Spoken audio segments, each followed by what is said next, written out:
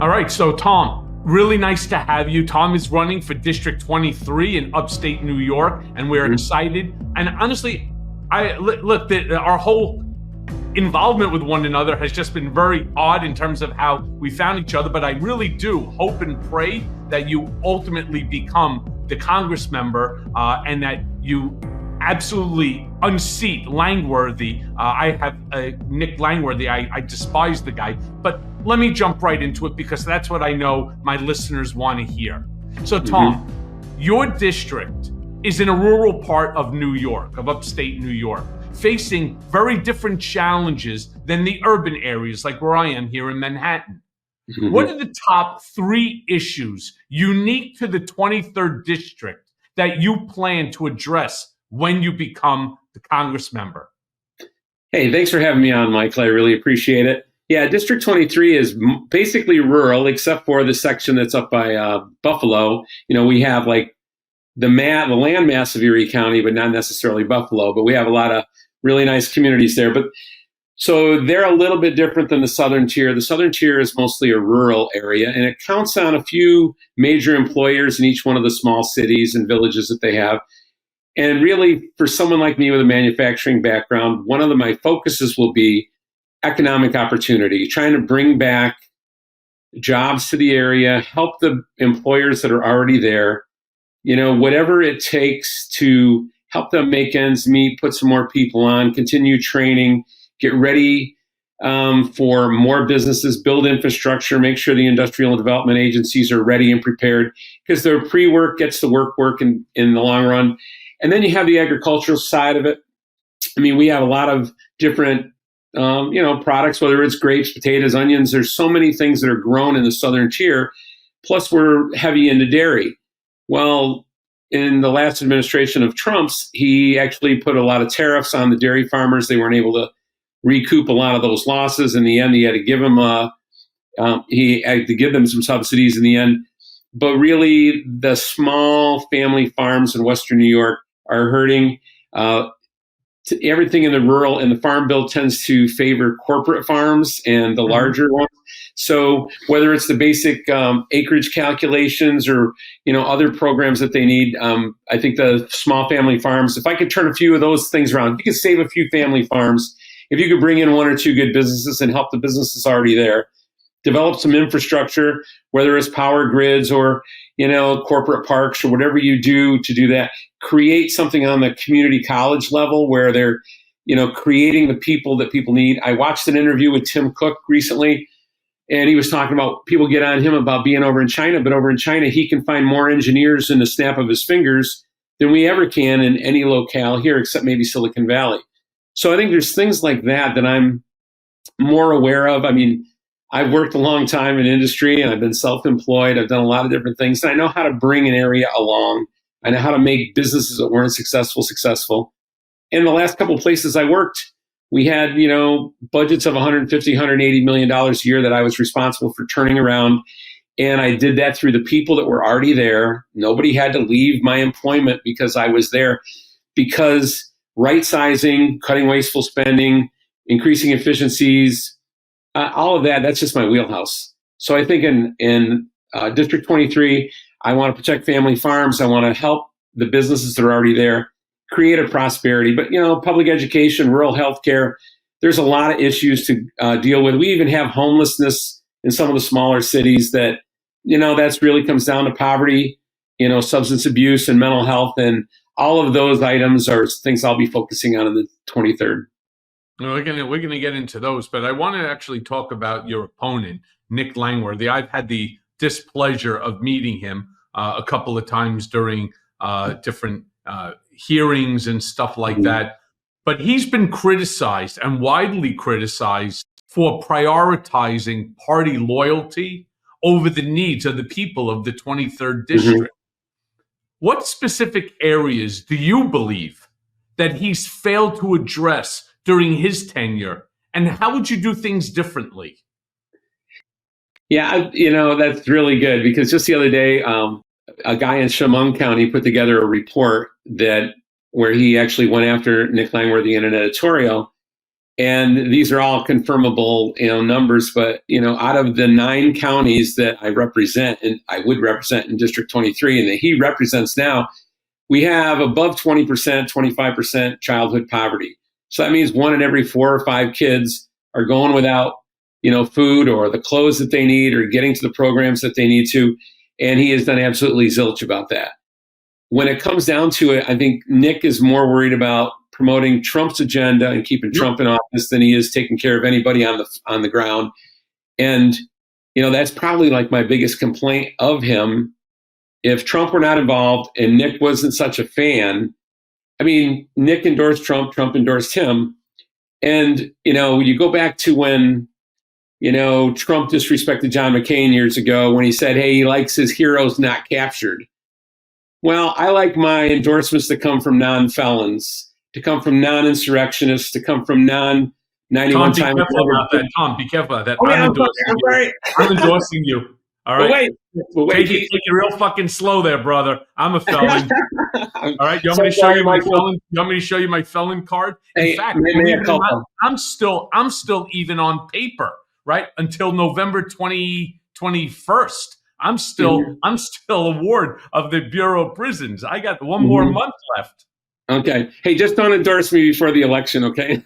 Yeah. Exactly. Anyways, it's like he stands up for Trump, and Trump doesn't really stand up for anybody else. I mean, if you go back to the beginnings of the Trump administration with, he got on the NBA and the Major League Baseball, Major League Football. He destroyed a lot of people's patriotism with the anthems and the flags. And, I want to take that stuff back. Democrats are, really patriotic people. We stand for people's freedoms. And, anything Trump and Langworthy kind of like stings the other way now. It just doesn't sound like America to me. And that's a lot of why, when you talk about Langworthy and the 23rd, he's worried about sound bites and he's worried about the Trump agenda more than solving anybody's problems. He has a good publicist, so he's around a lot, taking pictures of places, but I guarantee every one of the factories or warehouses that he actually visits, he doesn't leave them with anything good. He doesn't leave them with a promise. He doesn't leave them with a guarantee. He doesn't leave them with advice. And that's the kind of things that I could do for us better than Nick Langworthy across the district in any business we go to. Like I said, I run bars, pizza shops, gyms, and I've sold real estate. I've done a lot of different things, and I can help people. Yeah. So look, going back to Nick, right? Congressman Langworthy. Mm-hmm. He supported policies that many say have worsened economic inequality and neglected rural communities.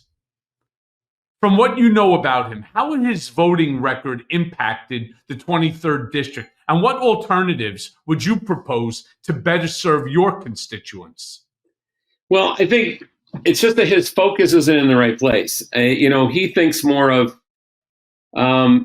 he's co-sponsored, I think, 5 or 6 different bills that none of them have passed yet or come up for a vote. But he's co-sponsoring bills to take more choice away from women and to harden that, the reversal of Roe v. Wade. He spends time on that. He likes to, say that he is, pro-life, but then he votes against Ukraine and he votes for bigger bombs, in Palestine. So there's so many things that he does that he tries to do it more on a national scale that he's really missing the boat here in the 23rd.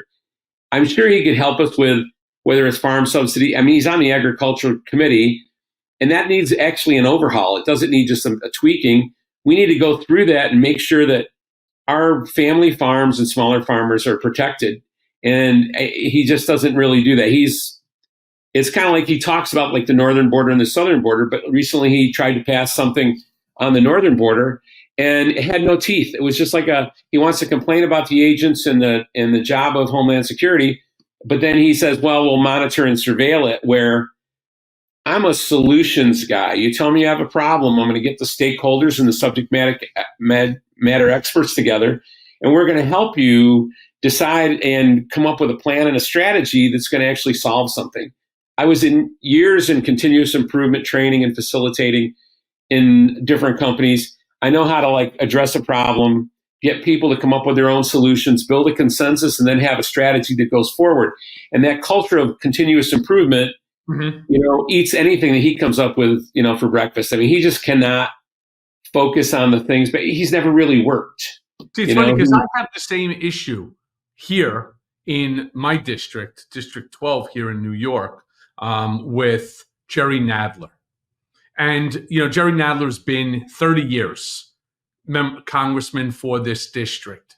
And I gotta be honest with you, I may even run not the same time that you are in another 21 days. I'm talking about in 2 years thereafter. I may announce like right after. And the reason I do that is I sit and I look and I watch how he's neglected this district. That this district used to be like the gold standard of New York, the Upper East Side, the Silk Stocking District. Now they got this fucking boom that goes across basically every other main street, Park Avenue, Madison, Fifth, and so on. And what is it? They're readers for congestion pricing. Oh yeah, that's going to be real fucking great. So now you're going to get people not to come into Manhattan simply before. How about work things like forcing delivery trucks, to be out of Manhattan by no later than 6 a.m.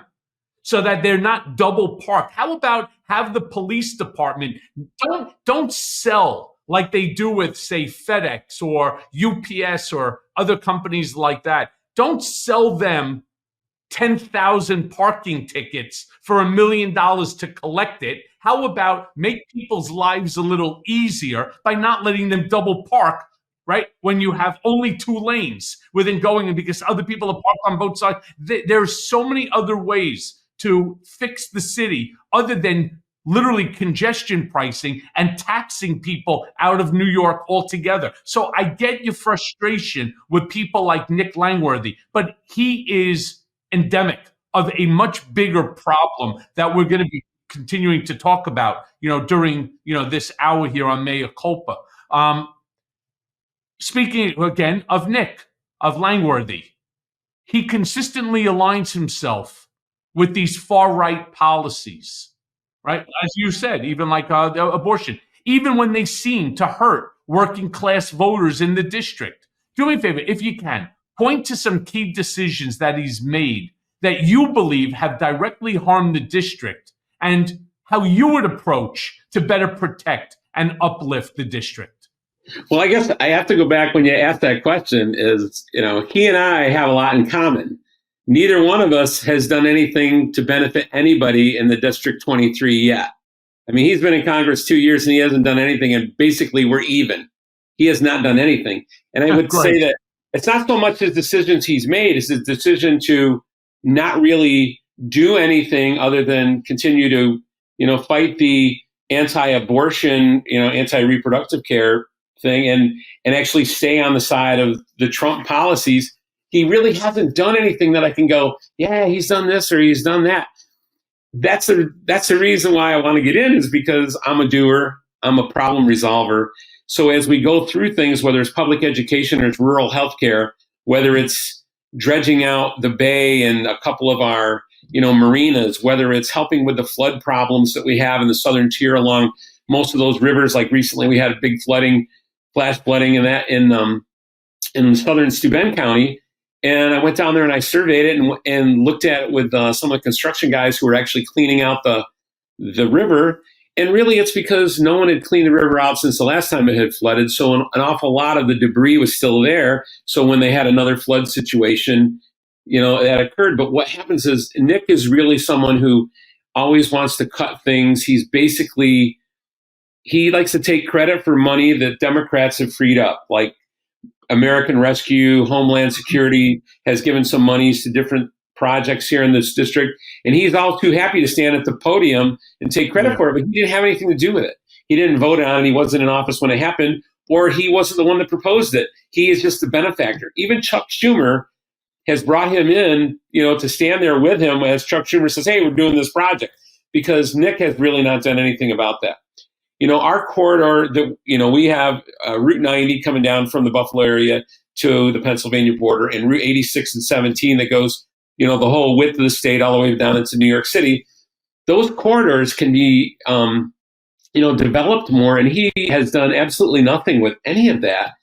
And it's really not so much what has he done that I object to. It's just that he hasn't done anything. And when you look around, he tries to take credit for things that he didn't even do that, I don't know why anyone would vote for him. He's not really pulling projects in to us. He's not bringing in employers. I mean, I've worked for a lot of the major movers and shakers, in the Walmart organization and some of the, beverage companies and that.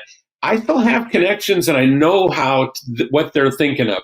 They want quality products. They want quality individuals producing them. We have a lot of that in New York. We just have to get someone to give us a look, and they won't give us a look with Nick Langworthy there. But with me here, I think everybody will say District 23 is open for business. And I think that's what the key is with him, Michael, is that he doesn't do enough to really go after it. All I can say is he seems a little bit, hypocritical when he'll vote for, he's always anti-abortion, and he says he's unapologetically pro-life, but then he'll not support Ukraine where women and children are dying. Yeah, look, they're all full of shit. That's the biggest problem, right? And I can give you 100 examples of the same shit with Jerry Nadler, right? He stands up on the podium. He's taking credit, for example, the impeachment of Trump. It wasn't him. It was Adam Schiff. But, because it was before his committee, all of a sudden he stands up there as if he was the one that did the impeachment. Had nothing to do with him. He wasn't even involved. That's the sickest thing. But they all do that. They stand up there for their photo op so that they can show it. They send a picture around to all their constituents. Hey, look at me, right? I'm doing my thing for you. I want to ask you this because I did a little, research on District 23. And I understand, like so many other places in America, healthcare costs are spiraling, all right? Especially, right, in the rural areas like your 23rd district. What specific steps would you take to secure affordable healthcare access for all your constituents? Because I understand it's not just a problem here in Manhattan, but it's a bigger problem in rural areas as well. Well, that is a huge problem. Rural healthcare is, I would say, it's usually understaffed, under-equipped, underfunded. A hospital closed up the street, 12 miles from us that covered a lot of people a while back, 7-8 years ago. The hospital that we do have locally here is in trouble and loses millions of dollars a year. We're going to build a new hospital that's going to be more efficient, supposedly, at a cost of $75 million. Wait. Hold on there. Yes. Hold on. Wait. It's like so the hospital that's currently the one closed, the other one is losing millions of dollars, but you're going to build for $75 million a more cost-efficient hospital. It's interesting. I mean, what makes one hospital less expensive to operate than another? I mean, are they self-cleaning rooms? Do they have machinery, robotics that are going to do the surgery instead of the surgeons themselves? I don't understand. What would be the purpose? Why not take some of the $75 million, upgrade the existing structure, right? And then how about attract in some decent talent? You see, here's something that obviously Nick doesn't understand. My father's a head and neck reconstructive surgeon. My whole family are either doctors or lawyers. I grew up in this world. All right. Sure. Here's the interesting thing.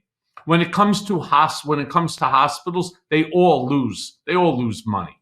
All right. Unless it's a private hospital. And a private hospital would not benefit, District 23.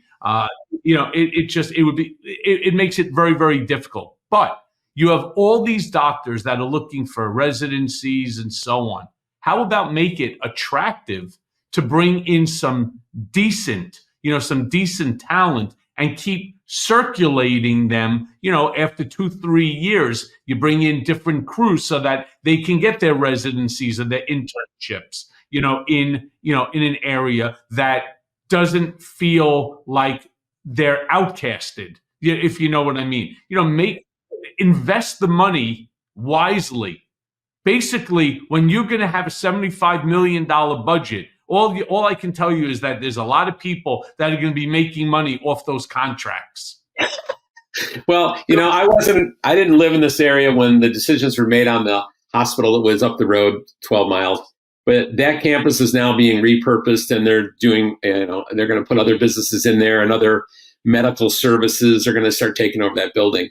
The hospital they're going to close, they already have a deal where once that closes, they're going to sell that to the city of Dunkirk, and then they're going to rehab that and make that into something else viable, whether it's nursing home facility or convalescent or something. But they do have some plans like that. But when you say, why don't we bring in some talent? I think that's the problem in the rural areas, is getting the talent that can charge the money they can in the big cities and also be in a hospital that they're proud to work in. I think that's where we get back to, undercutting or, under-equipped, understaffed, and underfunded. In a lot of the rural hospitals, they look nice, but then all of a sudden you have a building where you go in at 9:00 at night, you can't get a CT read, or you can't get an MRI in a reasonable amount of time, and then doctors are crippled and can't make the diagnosis that they need. A lot of times they're sending you home or sending you to a specialist or back to your GP the next day, when really we should be able to do a better job at hospitals and emergency rooms. Get people straight. Go ahead. Hold on.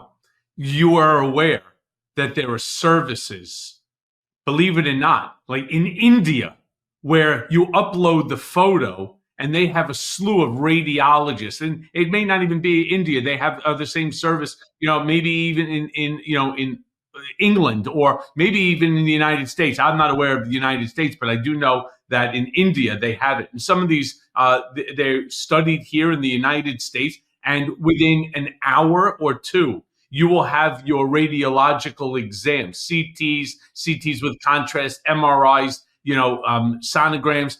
Whatever you upload, there's a radiologist, a whole team of them that will prepare. You don't even need a radiologist anymore on staff. In fact, there's a program that's being designed right now, an AI program that will read the MRI scan for you. I don't doubt any of that.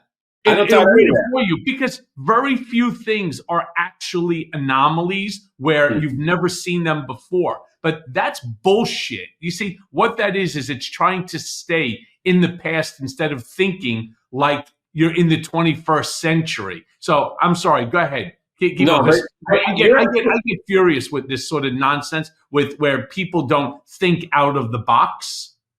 Well, when you go with that, all of what you just said is true. And I know it to be true, but the current hospital systems that we have here are not employing those strategies and those abilities. They're not doing that as far as I know. So, let's go back into the situation that I wanted to talk about, is that, my wife had a problem, went to an emergency room.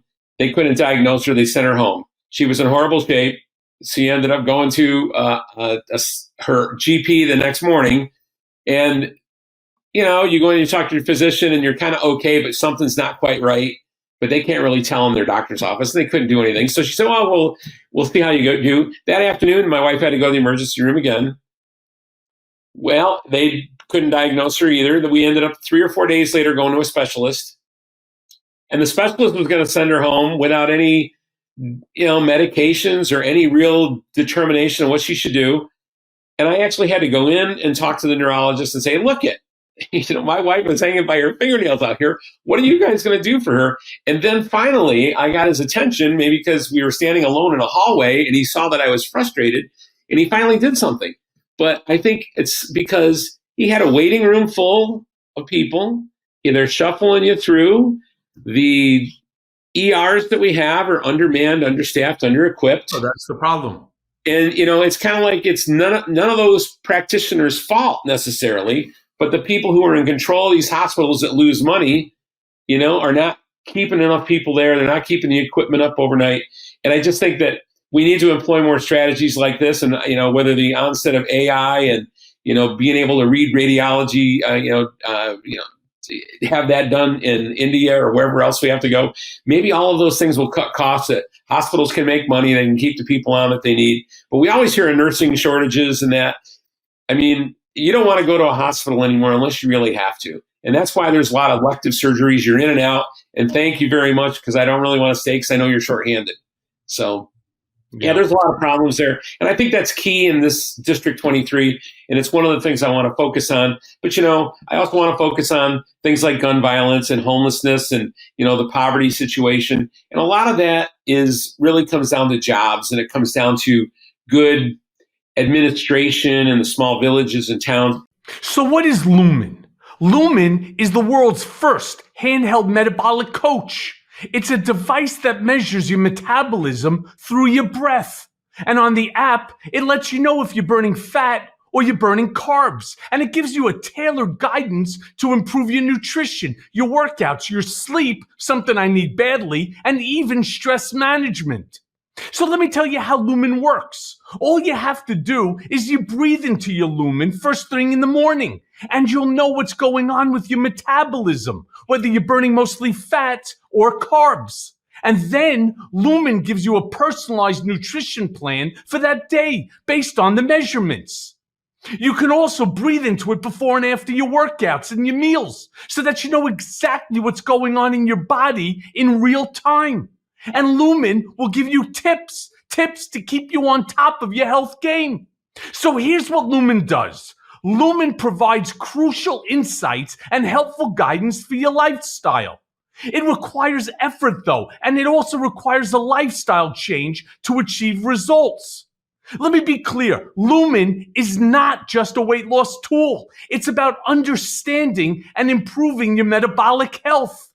So let me also tell you why metabolic health matters. It matters because your metabolism is your body's engine. It's how your body turns the food that you eat into fuel that keeps you going. Because your metabolism is at the center of everything your body does, optimum metabolic health translates to a bunch of benefits, including easier weight management, improved energy levels, better fitness results, and better sleep. Lumen gives you recommendations to improve your metabolic health. It can also track your cycle as well as the onset of menopause and adjust your recommendations to keep your metabolism healthy through hormonal shifts so that you can keep up your energy and stave off cravings. So if you want to take the next step to improving your health, go right now to lumen.me/Cohen to get 15% off your Lumen. That's LUMEN.me/Cohen for 15% off your purchase. And thank you, Lumen, for sponsoring this episode. And we've got a few towns here that have overspent their money. They didn't learn how to live below their means. And, they're asking for state monies now and federal monies to try to turn themselves around. But really, it comes down to good management. It comes down to having good doctors, trying to develop the talent. I know even in my area, because of these things with these hospitals, when I went and had my knees replaced 2 years ago, I went up to the Buffalo area. Because if you go up to Buffalo, you have a smorgasbord of people to choose from, and you can walk in and say, I want the best knee construction person, and they will give you one. I mean, it's amazing. I got the guy who actually, if you have a knee come apart, he's the one who puts it back together. What a wonderful doctor he is. But down in this area, I didn't like the answers I was getting from the doctors that I was orthopedically. So, I think sometimes the bigger markets really can improve you, but I think there's a lot of opportunities for us to improve healthcare in this district. And I can't wait to sit with the CEOs and the people who are managing these medical facilities and start talking to them and really get to know everything that I need to know to help, whether it's subsidization or whether it's, bringing in a team of experts to say, here's how we right-size your hospital and here's how we make this better. Because there's plenty of clinics around urgent cares and that's just kind of indicative of the symptoms we're talking about, that the hospitals and the doctors aren't really taking care of people well enough or they're not able to serve them. So all of a sudden we've got all these urgent cares, and the urgent cares really only want to put a Band-Aid on you and send you out too. But, people need to be seen and they need to be treated. Well, let me ask you this, though. Like so many other rural areas, I read that your district has been hit pretty hard by the opioid crisis. Is that accurate? Yes. It's, it's everywhere. I mean, it's part of the homeless problem. Especially the whole rural, scenario. You got backbreaking work that's over there. A guy, twists a knee, a back, hence, we've seen enough of the movies about the opioid. I lost two of my best friends to opioid overdoses. Yeah, I've lost two. So I'm very sensitive to it. How do you plan to tackle this issue? And what role do you think that the federal government should play in supporting communities that are devastated by this and other types of addiction? Well, I think, when it comes down to addiction, it's I have skin in that game because I lost a younger brother, when he was 28 years old, and it had to do with opioids even back then. I lost a son-in-law about 10 years ago, and he was just a hardworking guy, but he liked to party once in a while, and he got himself in trouble with something that was related to fentanyl or fentanyl itself. I mean, I never really got all the details of it, but he also passed. So it's near and dear to me, and I think what we need to do is make sure that we're educating kids early. We got to make sure that we're shutting down as much of it as we can from a law enforcement standpoint and rule of law. And then at the same time, we need to make sure that we have good drug treatment, substance abuse treatment plans, counseling for people who need it. And I think it's got to be, a holistic approach, just how we look at things. Why are people getting on these medicines? Why are they getting hooked on them? How much are being prescribed? I know for someone who, like myself, if I went into my doctor and said, hey, I'd like some pain pills, they're going to try their hardest not to give you any. If you really, if they don't really have a diagnosis, oh yeah, he's got something pinching here, I guess we could give him something. So it's really hard, and I don't see how it gets into the, a market like it does, because if you're a regular guy, and I'm a regular guy, you're a regular guy, you go into your doctor and you say, hey, give me a bunch of that codeine stuff. They're not going to do that. They're not just going to hand it over. Doctors just don't do that unless they're criminals. So I think when we talk about it, it's got to be, a comprehensive approach. It's got to be with education and treatment. And then it also has to be some law enforcement involved. But I think addiction is a horrible thing. And, once you get on it, it's hard to get people off of it. But we need to do our best. And I think we have the technology to do that. Yeah, I agree with you. Now, but you talk a lot about, and I think your platform is really centered around revitalizing the local economy. So I guess the question I would ask you is, how do you balance the needs of the small businesses in the district with the larger corporate interests that generally dominate, national policy discussion? Well, I think that it's always difficult for small businesses in small towns. I mean, I used to run a couple small businesses in the Binghamton area, and I was always struggling with payroll and to pay my taxes and do all the things that you need to do because rents are high, leases are high, utilities are high. Nobody's cutting you a break, but nobody wants to pay more for your products, especially when you're eating and drinking and that kind of thing. So, in healthcare, I mean, it's almost unaffordable for small businesses like that. That's why, a lot of the rules and regulations are 50 employees or more, 100 employees or more before you're required to do certain things like healthcare. The trouble with balancing a lot is times once you bring the big box stores, and the world's largest retailer into a town, a lot of the small businesses struggle and really can't even, stand up against that. They can't compete. Yeah, they just can't compete. Because the world's largest retailer, he has a bike shop. They have a bike shop there. They have a gun shop. They have hardware. So all of a sudden, your hardware guy, your bike shop, all the local businesses have trouble with that. I applaud the small communities that keep the big chains out. So we have a few of those in my area where they won't let the big store come in, or they won't let the big food chain come in, because otherwise you're killing Michael's little breakfast nook over here, or you're stopping Johnny's, fishing place, or your Sally's Flowers. I mean, you need to make sure that when you're doing, development in an area, that you have an eye out for what's this going to mean for our community. So I think conversations like that, as I go around and talk to towns and, their councils and their development agencies, always have an eye on that, because I think some towns do it well, and then other ones just go, hey, I just got to have the world's largest retailer in my town. And then all of a sudden you put 20 other businesses out.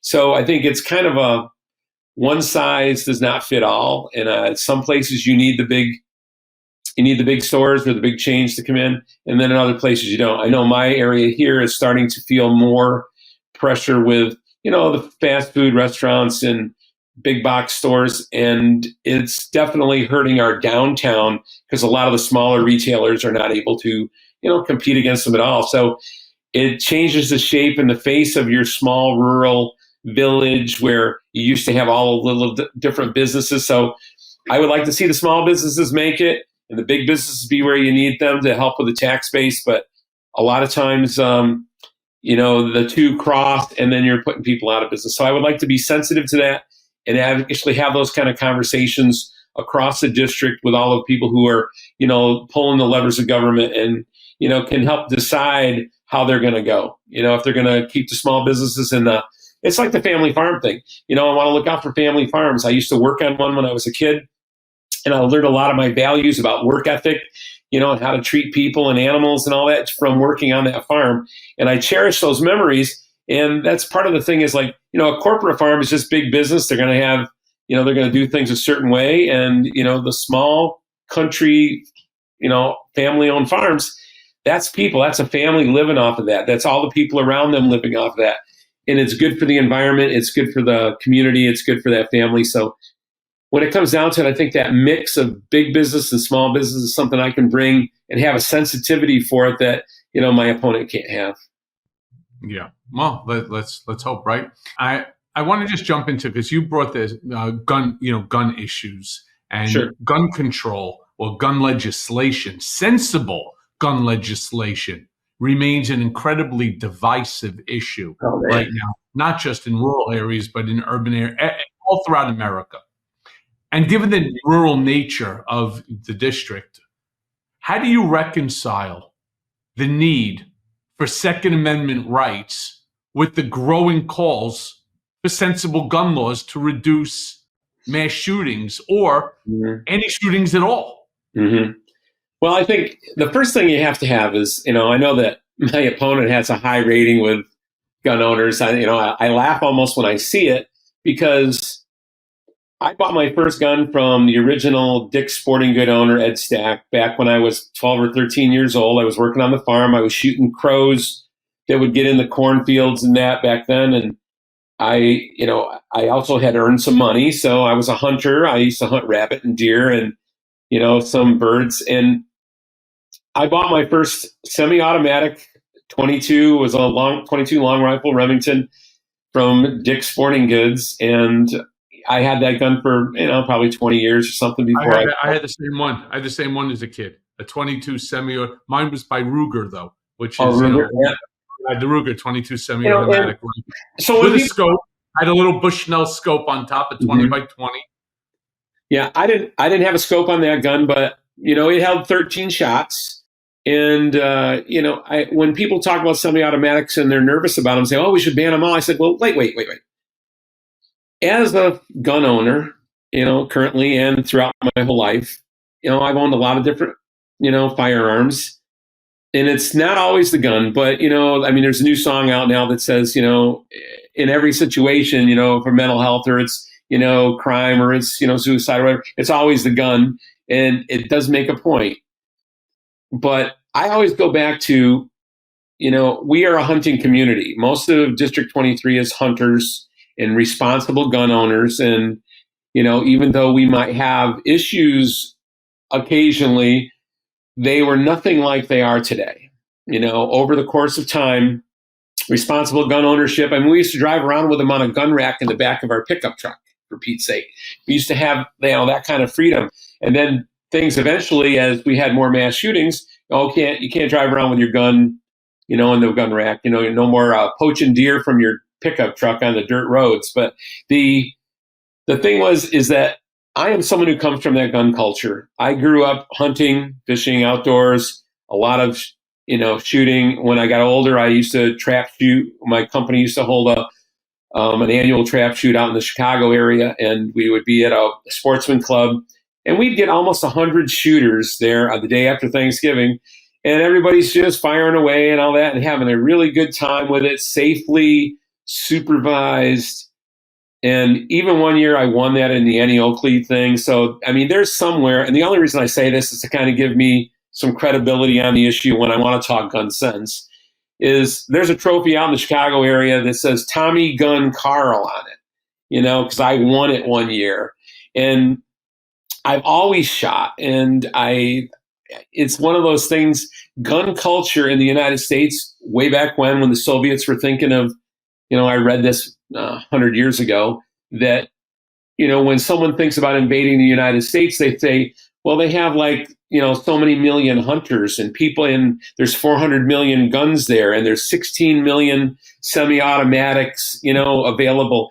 And it's kind of a deterrent to anybody wanting to come over here and try to invade our country ever. But during the Cold War, it was actually a factor that came out in somebody's book that I read. So we are a responsible gun culture for the most part, but it's gotten a little out of control when the assault weapons ban went down, and then gun manufacturers made them even more sexy for people to want to have one in their collection. And then, oh, by the way, people are not really keeping them in gun safes and gun triggers, and a lot of times kids have access to them. So there's some things we need to do, whether, closing, background checks and gun show loopholes and all that.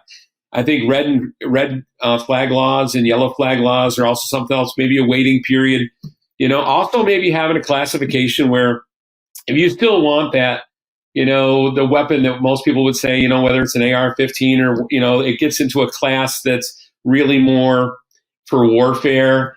Well, if you get in that class, maybe, Michael, you can afford it and you want to, maybe you pay for a license to get that, but you go through an extra screening process so we make sure, you're not going to go off the deep end anytime soon. Maybe there's something like that we can calculate, and figure out. But really, if you start putting a lot of these simultaneously together, we can actually come up with a solution that reduces gun violence. Is it ever going to go to zero? No, we have too many guns in circulation, and they're still being produced every day. And it's part of what the United States is about. So we're still going to have them. But if you take that it's become the number one killer for children and teens, if you take the fact that how many of them guns are used in suicides, we could do a lot for our society if we actually just got control of this issue. And I don't mean for anybody who's totally off the charts as far as restricting rights. I think we need in this conversation. But if we got all responsible gun owners together with some other subject matter experts and some other stakeholders in the equation, I'm sure we could come up with a plan, build a consensus that we could actually enact some of these things that have not been able to be completed, like let's say background checks and gun show loopholes, let's say red and yellow flag laws where, people who shouldn't have a gun on them because of domestic issues or, because of mental health, we actually deprive them of that until things are rectified. That would go a long way to reducing, if not eliminating, a lot of these situations where people are taking other people's lives and innocent lives that had nothing to do with their gun ownership. We all are sickened by the school shootings that we see. What are we going to do about it? We're going to harden the schools, yeah. We're going to put resource officers who are armed on site. But we know sometimes they're outgunned by the stuff that someone who has two nickels to rub together can walk into a gun shop and they can be armed better than the local police. So we need to make sure that we're not letting those kind of things happen or reduce the frequency of that. I know a lot of times people will talk about Chicago has most strict gun laws there are, in the nation, and look at all the homicides there are. Well, I lived in the Chicago area. I lived in Kane County, right outside of Cook County. You can go buy anything you want, up to a bazooka probably at the gun shows with a $5 firearm owner's ID. So, county line, well, why do we have a gun problem in Chicago? Well, there's things going on in Chicago, and there's outlaws and criminals and people who would take guns to other people, but you can buy them across the border, 20 miles away or 5 miles away, wherever you want to go. And that's kind of prevalent in many of the areas. And I think we just need to get a handle on that. And I think, gun shop owners need to take a little more responsibility if they see someone going off the edge.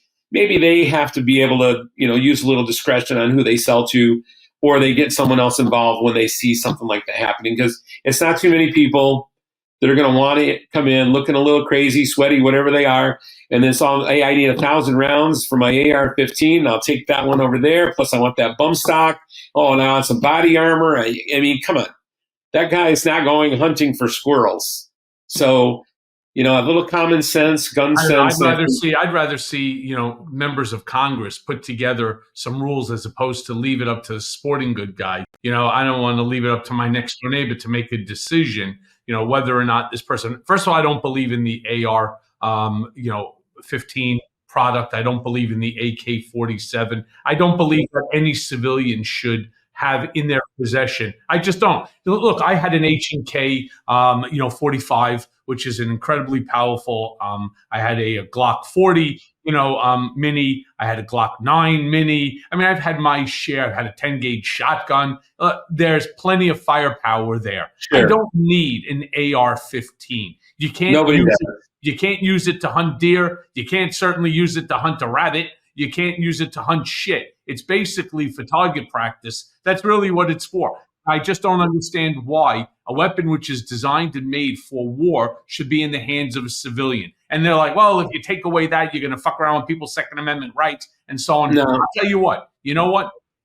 I believe if you have to, for whatever the reason may be, own an AR-15, I know we have the technology for it. There should be biometric triggers. The technology that we have today, it should be individualized, and that way you can't go and take your father's firearm, right, and then just use it. It's a one-time shot. That way, also, by the way, you can't even sell it.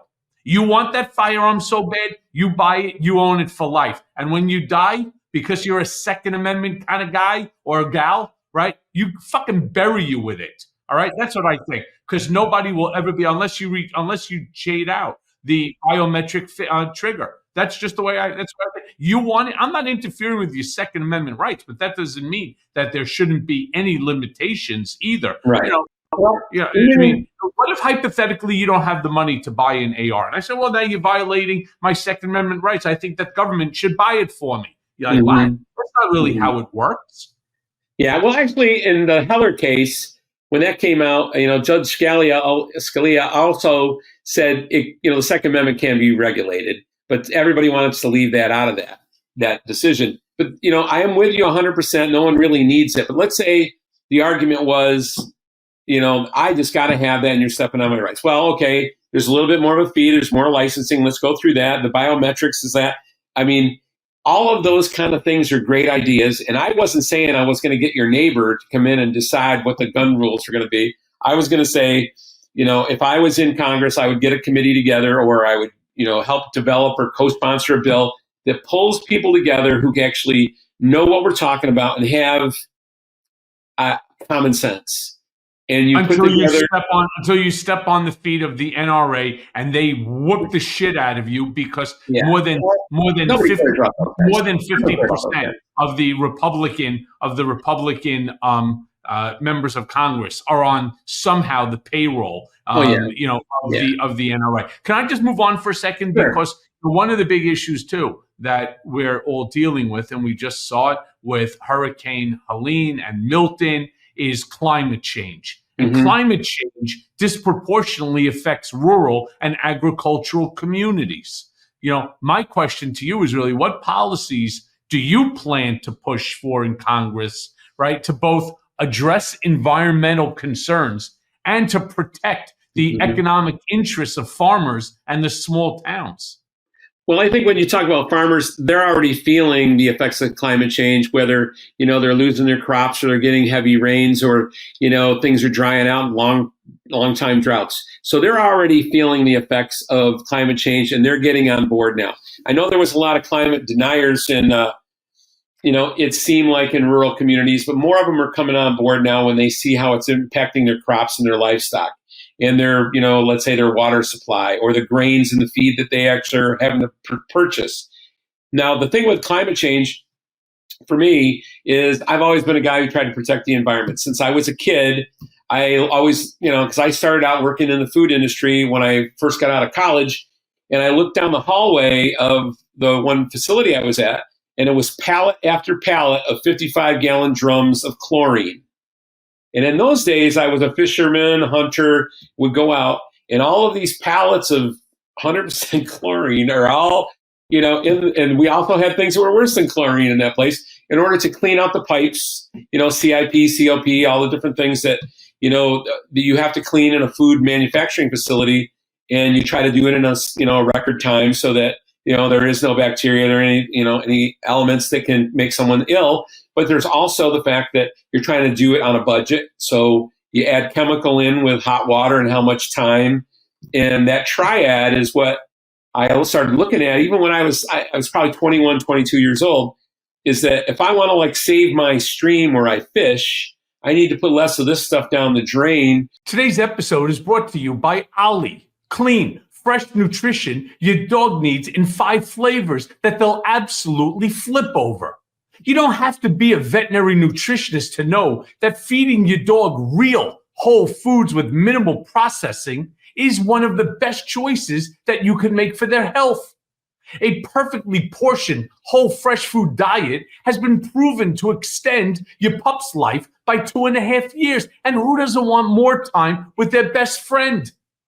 With absolutely no harmful fillers, no preservatives, Ollie is made in U.S. kitchens with ingredients carefully sourced from trusted growers and producers around the world. You see, because the time between Ollie's gentle cooking and your dog's chowing down is minimal, they don't need preservatives to extend shelf life.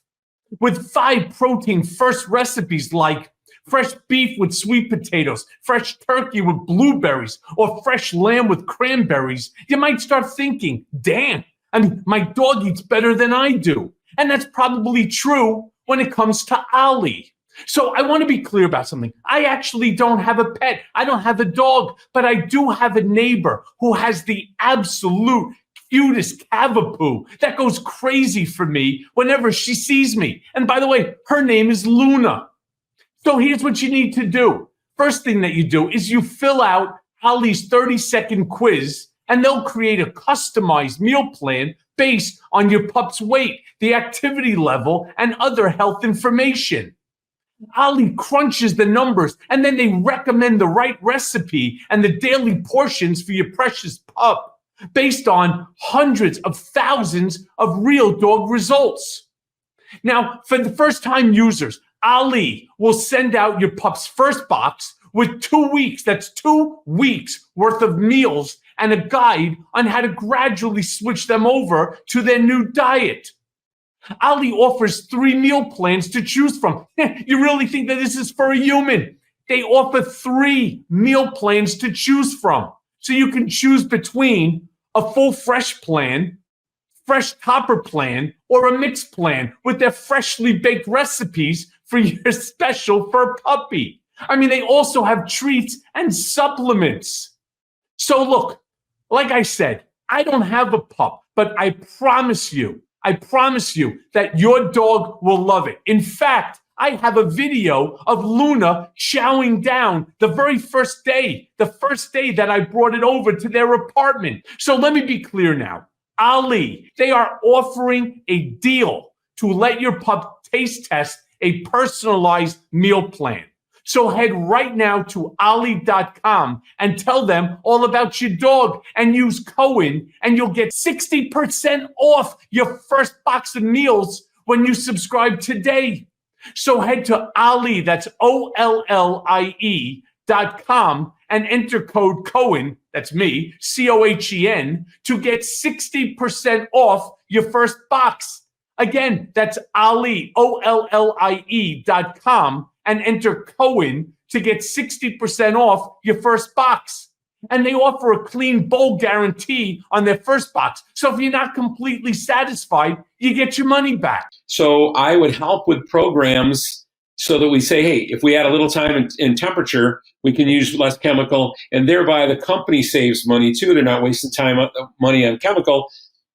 And we're also preserving the environment. In every place I ever worked, Michael, and this is the truth, any place I ever worked, I tried to develop a recycling program, a chemical reduction program, a water savings program. When I went to one time to Toronto, I went into a facility and I said, hey, we're going to do some things here. We're going to kind of cut costs and that.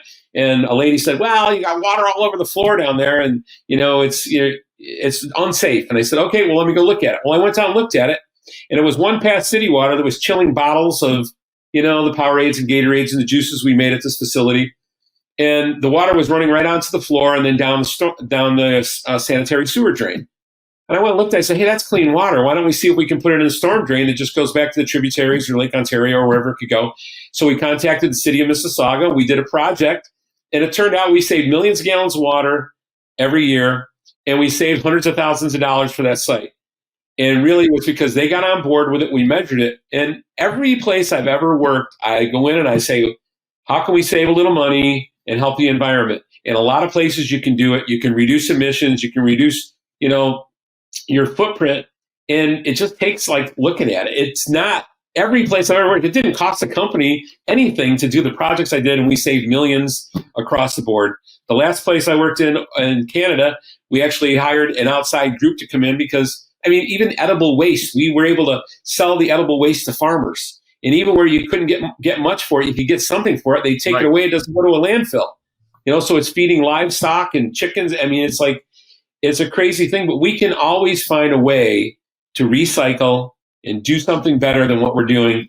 I'm against, the engineered obsolescence that we have in this country. So things wear out, whether it's refrigerators, stoves, or whatever, even cars, build them better, make them last longer, make them, I drove a Chevy Metro Sprint back in the 90s. It got 67 or 70 miles a gallon. Where is that car? They had it for a while, but fossil fuels and everybody else put pressure on the auto industry. The only problem in that car, you're never getting laid. That's the only problem. You can say whatever you want. I don't give a shit. And fuck you on your 70 miles per gallon. No. All right. Well, if that's the only place you can get it done, then you need to go buy yourself a Lincoln Continental, I guess. There you go.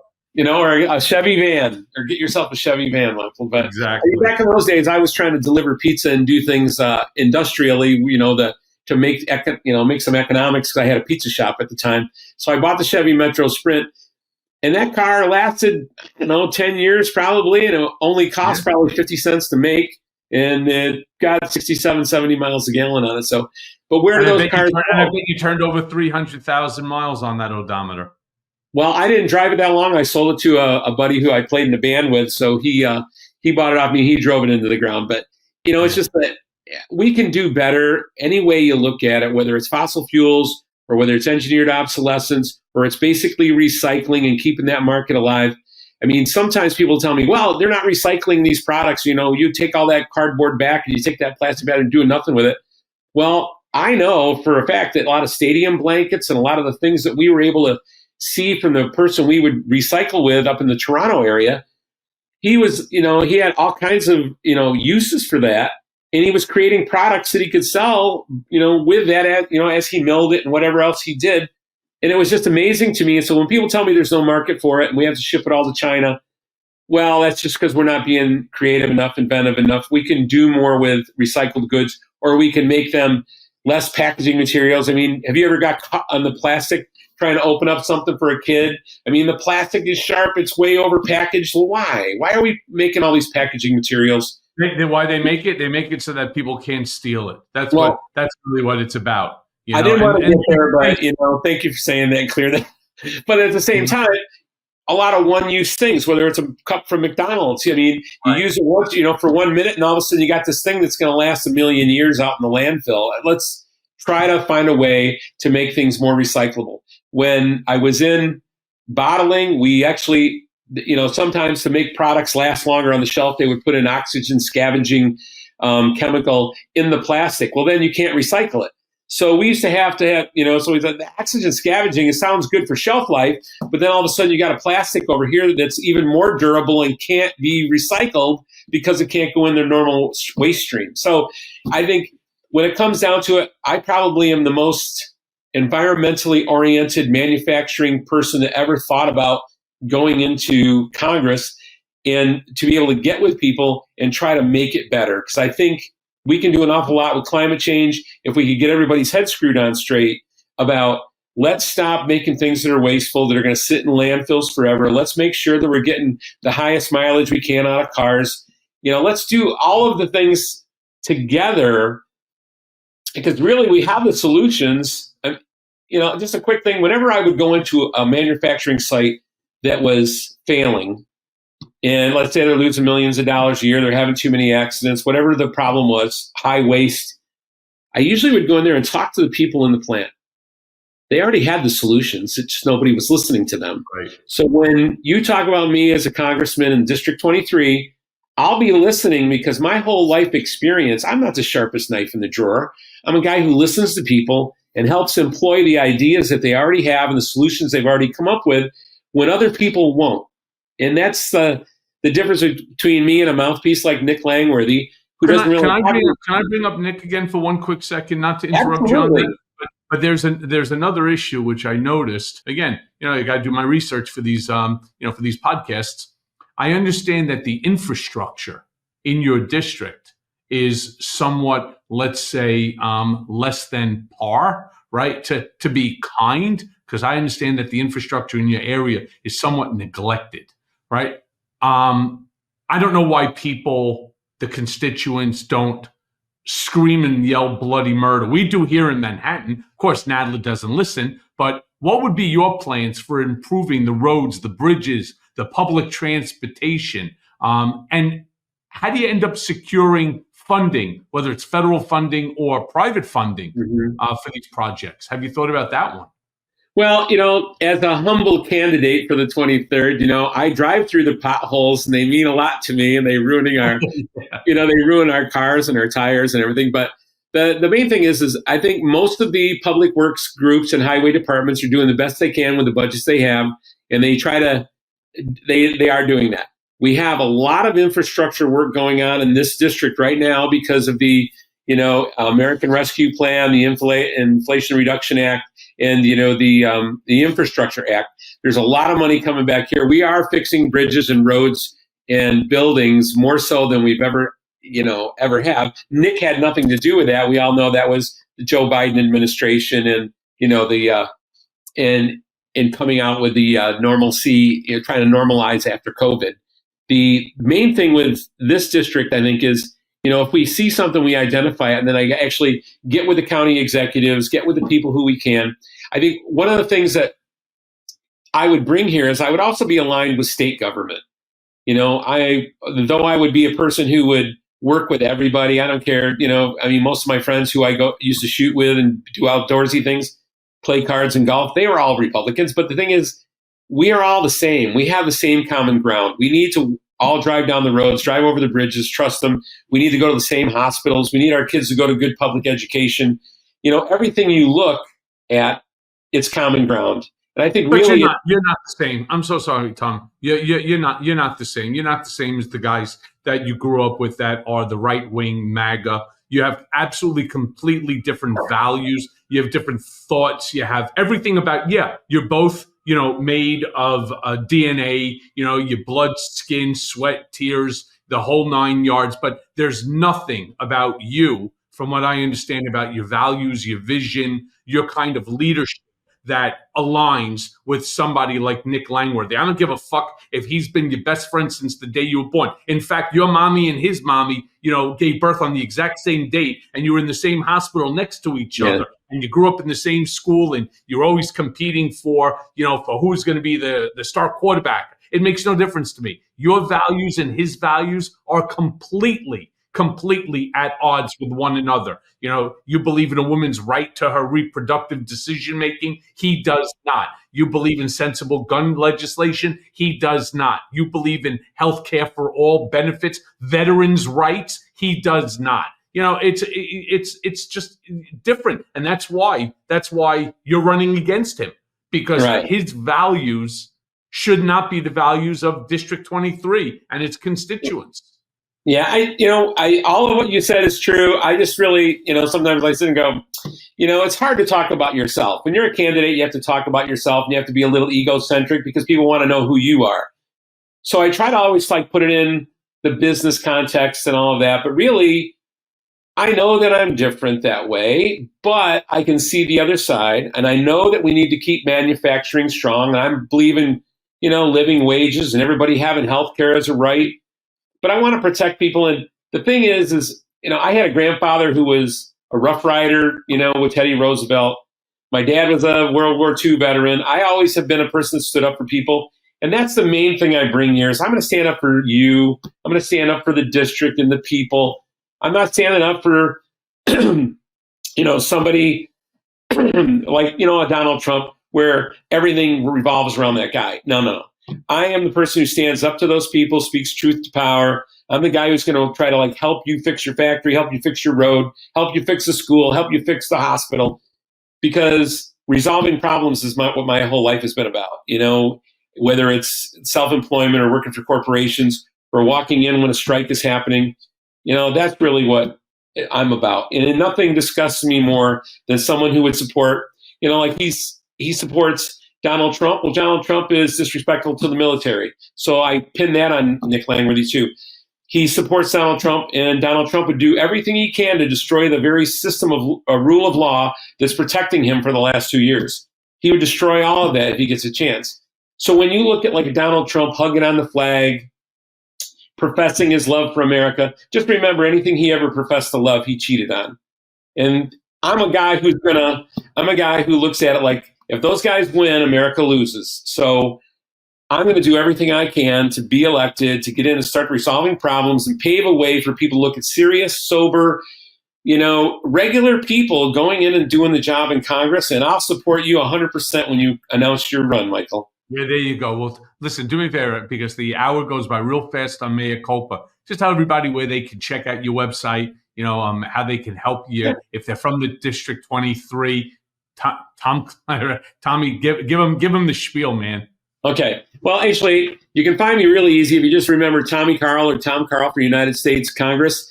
Yeah, that should get you there. But really, I have a website that's carleforcongress.com, or you can just go to Carle for Congress 2024 on Facebook. But if you spell my name correctly, by the way, it's spelled Carle. Carle. That's the only thing that hangs you up, because if you say Carl, it kind of puts you in with cattle and other things over there. When the search engines grab a hold of it. So Carle, you'll probably find me. Tommy, Thomas, you'll find it any which way. Go on there, find out more about me, and if you want to help somehow. I've got a couple hundred volunteers that are phone banking and knocking on doors and showing up at meetings and raising money and doing the things they can. But hey, we can always use more help. We have a big tent, and I like big parties. So anybody who can help me, please do. Tommy Carle, thank you so much, my friend. Great speaking to you. I wish you all the luck, and happy to come up and help you. Oh, Michael, thank you so much for letting me be on here. And, I appreciate you and all that you're doing. And, I look forward to meeting you in person. You got it, my friend. I'll speak to you soon.